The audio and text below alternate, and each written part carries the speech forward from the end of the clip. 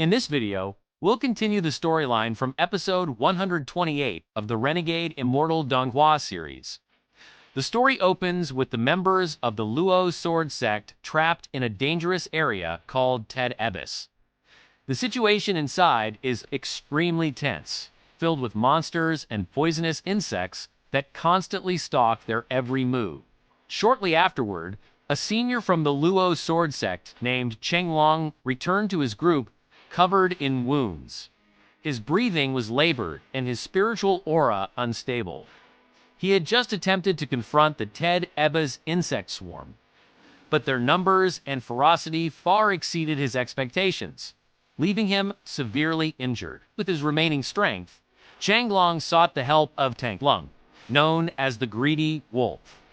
He hoped Tanglong would help them fight the insects so that the entire sect could find a way out of the increasingly dangerous Ted Abyss. However, Tanglin didn't respond at all to the request. She remained silent, seemingly indifferent to their plight. This attitude filled Chenglong and the other members of the Luo sword sect with deep anger and disappointment. Furthermore, one of the Luo sword sect members had fallen victim to a poisonous mosquito attack inside the cave. His comrade's death further heightened the tension, and they began to bully Tanglon into helping. Unfortunately, their resistance was in vain. With far superior strength, Tanglon easily repelled them all. The difference in power between them was so obvious, the sect members were powerless before him. Tanglin then explained that they were currently inside Ted Abyss's dangerous cage. This place not only absorbs treasures, but also powerful monsters from outside, which are then trapped inside. Even more terrifying, the monsters actually gained a mysterious power boost after being inside Ted Abyss. They became far more ferocious and difficult to control. Even Tanglon himself admitted that with his current strength, he wouldn't necessarily be able to face all the monsters in this place. Therefore, Tanglon instructed them to remain silent and patiently await rescue from Ling Tianhuo. He believed that only Ling Tianhuo possessed enough power to stabilize the situation and lead them safely out of Ted Abyss. The story then shifts to Wang Lin. He heads towards the Ted Abyss region, which connects to Huo City, the only known exit. Wang Lin intends to monitor anyone who manages to escape. At the exit, Wang Lin placed a surveillance seal. His goal was clear. He wanted to know when the members of the Luo sword sect, especially Tanglon, would exit Ted Abyss. On the other side, at the entrance to Ted Abyss, located in the Spirit Demon Water region, a group of cultivators had just arrived. They were led by a man named Xian, who was guiding his three companions toward the dark, mysterious entrance. One of the group was Wang Lin, a cultivator from the Mo sect. Accompanying him were two women from the Floating Cloud sect, Zhou, Yuan, and Suve. The three of them had come with the same goal, to seek opportunities and treasures within the Ted Abyss. But before they had been there long, Wang Lin suddenly sensed the presence of a powerful figure moving swiftly toward them. The aura was sharp and profound, making him wary. A moment later, the figure became clearly visible. It was Wang Lin. Xian immediately recognized Wang Lin as they were from the same Tianyan sect. He immediately called out to him in a familiar tone. Wang Lin stopped and approached them with a calm expression, though his gaze remained sharp, observing everyone before him. Xian then reintroduced the members of his entourage. They were Wang Lin from the Mo sect, and Zhou, Yuan, and Suve from the Floating Cloud sect. Hearing Suve's name, Wang Lin was reminded of someone from his past who also had the same name. Shortly afterward, Xian offered Wang Lin the chance to join them in exploring Ted Abyss. Behind the offer, there was a hint of envy. Xian realized that Wang Lin's strength had now greatly increased, a marked contrast to the past when he had been underestimated due to his origins on the outer planet Super. Despite realizing these hidden feelings, Wang Lin still accepted the offer. He decided to join them in the Ted Abyss. He believed that being in a group could have its own advantages, especially when facing unexpected danger. After entering Ted Ebba's territory, Xian explained that each of them had their own personal goal, to find treasure. Therefore, he suggested they split up to increase their chances of finding something valuable. They parted ways for a while. In their solitude, Wang Lin tested the entrance they had come through earlier. He attempted to break it open to ensure an exit was still available. However, his attempt failed. The door had a special seal that only allowed people to enter, but not exit through the same path. Wang Lin soon realized that if he forced his way through the seal, his body would be crushed by the pressure of its power. During his exploration, Wang Lin also encountered several monsters roaming the Ted Ebba Gorge. This convinced him that this place was not just a treasure trove, but also a nest of dangerous creatures that had been mysteriously enhanced. Sometime later, the group reconvened under Xian's direction. This time, Xian showed them a sword he had found. He explained that the sword was believed to have belonged to Tianhuo and had once been given to Wang Lin's senior, Xian. The sword was previously thought to have been lost, along with Xian. The fact that it was found inside Ted Ebba's adds seriousness. If it were truly the real sword, its value would be far more than just a mere treasure. Xian proposed that the sword be returned to the Tianhuo sect. He even asked Wang Lin to keep it temporarily, considering that Wang Lin was a disciple of the Tianhuo sect and also Xian's successor. The other three members agreed to the proposal. Wang Lin accepted the sword calmly, though he remained cautious. However, Marang Juo suddenly noticed something strange around the tree where the sword was found. He immediately alerted Wang Lin.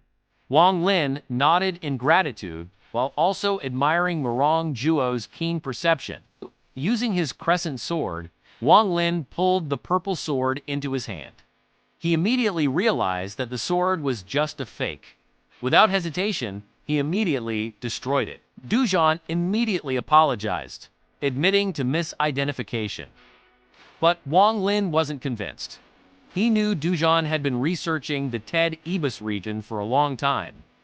A mistake like this seemed too odd to be a coincidence. It was then that Wang Lin realized this was likely a trap. Without hesitation, he threw Xian toward the tree. A moment later, the poisonous insects hiding in the tree emerged and brutally attacked Xian. His screams echoed as his body was covered in a swarm of deadly insects. In critical condition, Xian was helpless. Wang Lin then sealed him and imprisoned him. For Wang Lin's, Xian's actions were enough to be considered betrayal. After the incident, the group resumed their exploration inside Ted Ebba. Although Xian had been detained, the journey continued, as their respective objectives had not yet been reached. The area within the abyss felt increasingly oppressive, as if every corner lurked danger ready to pounce at any moment. Along the way, they repeatedly encountered monsters guarding the area. These creatures possessed auras far more powerful than ordinary monsters. However, through their forced cooperation, they successfully overcame battle after battle. It was in the midst of the battle that Wang Lin began to notice something odd about the two women in the group, Zhou Yuan and Su Wei. Their movements seemed to synchronized, as if they shared a single consciousness.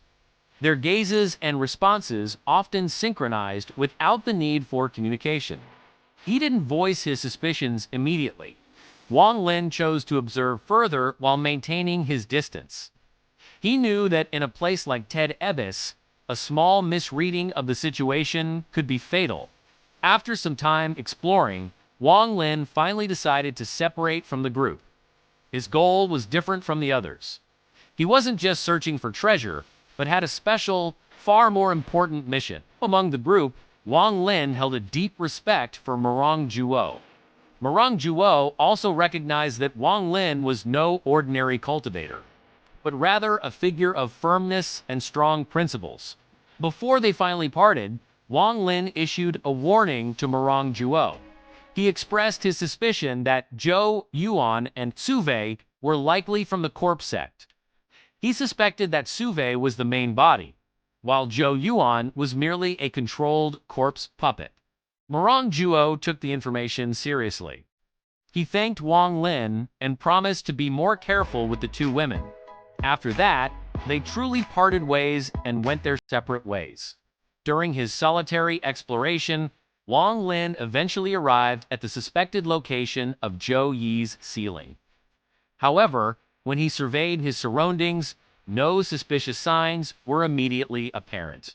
Despite this, Wang Lin still believed Beluo's information. He was certain Beluo had no reason to deceive him. If Beluo had malicious intentions, he should have done so from the start, as there were many opportunities for him to do so. On the contrary, Beluo had helped him time and time again and pointed him in the right direction. Because of this, Wang Lin began to think more deeply. He tried to put himself in Ling Tianhuo's shoes. If he were Ling Tianhuo, where would he hide Zhou Yi? Wang Lin knew that Ling Tianhuo was a figure who valued honor. He would not seal Zhou Yi carelessly. It was likely that he wanted to subdue Zhou Yi first, forcing him to obey before actually locking him up. With that thought in mind, Wang Lin began to investigate the area more thoroughly. He shifted his spiritual energy, sweeping every corner. Finally, he sensed a subtle response coming from the Ling Tianhuo seal. Without hesitation, Wang Lin immediately moved toward the source of the reaction. However, as soon as he got close, he was immediately met with a powerful counterattack from the seal's power. The attack made him raise his guard.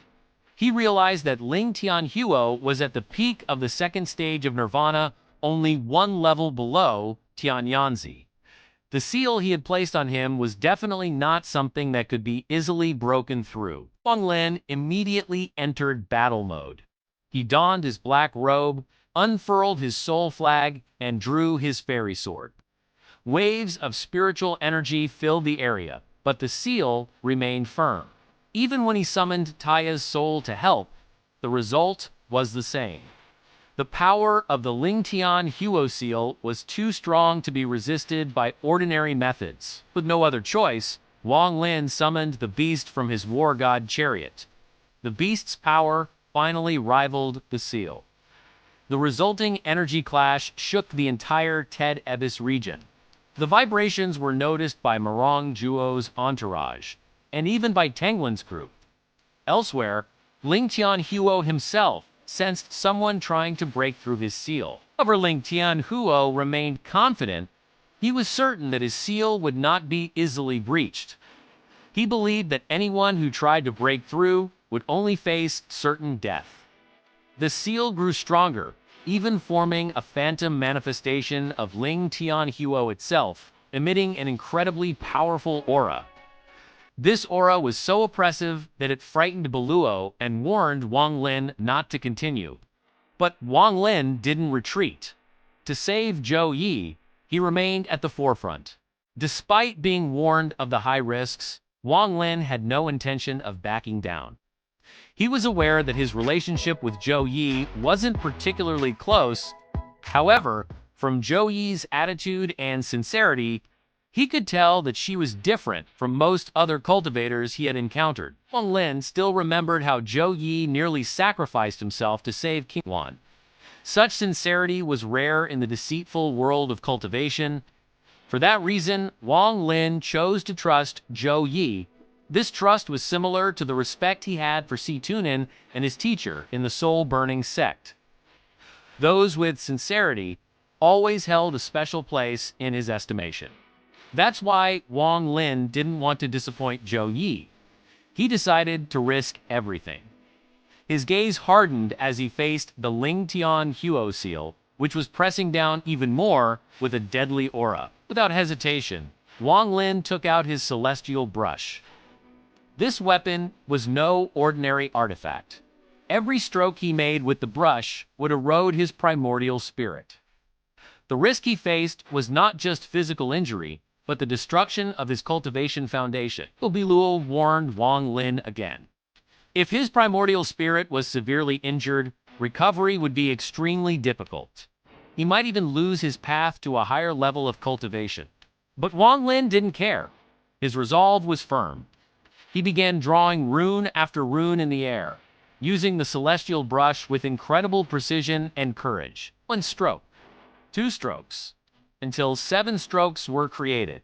Each stroke made Wang Lin's face grow paler. His primordial spirit began to disintegrate, and cracks appeared in his consciousness.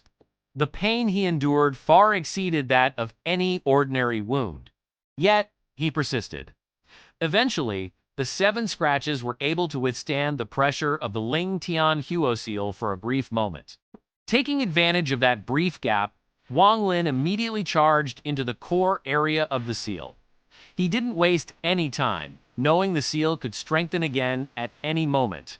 Inside, he finally saw Zhou Yi's condition. Her condition was far worse than he had imagined. Her body was weak, and her spiritual aura was nearly extinguished. His consciousness was slowly being devoured by the power of the Ling Tianhuo sword seal and the demonic energy from the spirit demon water domain. He was literally on the edge of life and death. Seeing this, Wang Lin's resolve grew stronger. All the sacrifices he had made could not be in vain. However, at the same time, the pressure of the seal outside began to strengthen again. The aura of the manifested Ling Tianhuo grew increasingly oppressive, as if warning Wang Lin that time was running out. Outside, waves of energy continued to shake Ted Ebbis. The episode concluded on a tense note. Wang Lin had successfully broken through the seal, but both he and Zhou Yi were in critical condition. The battle wasn't truly over yet.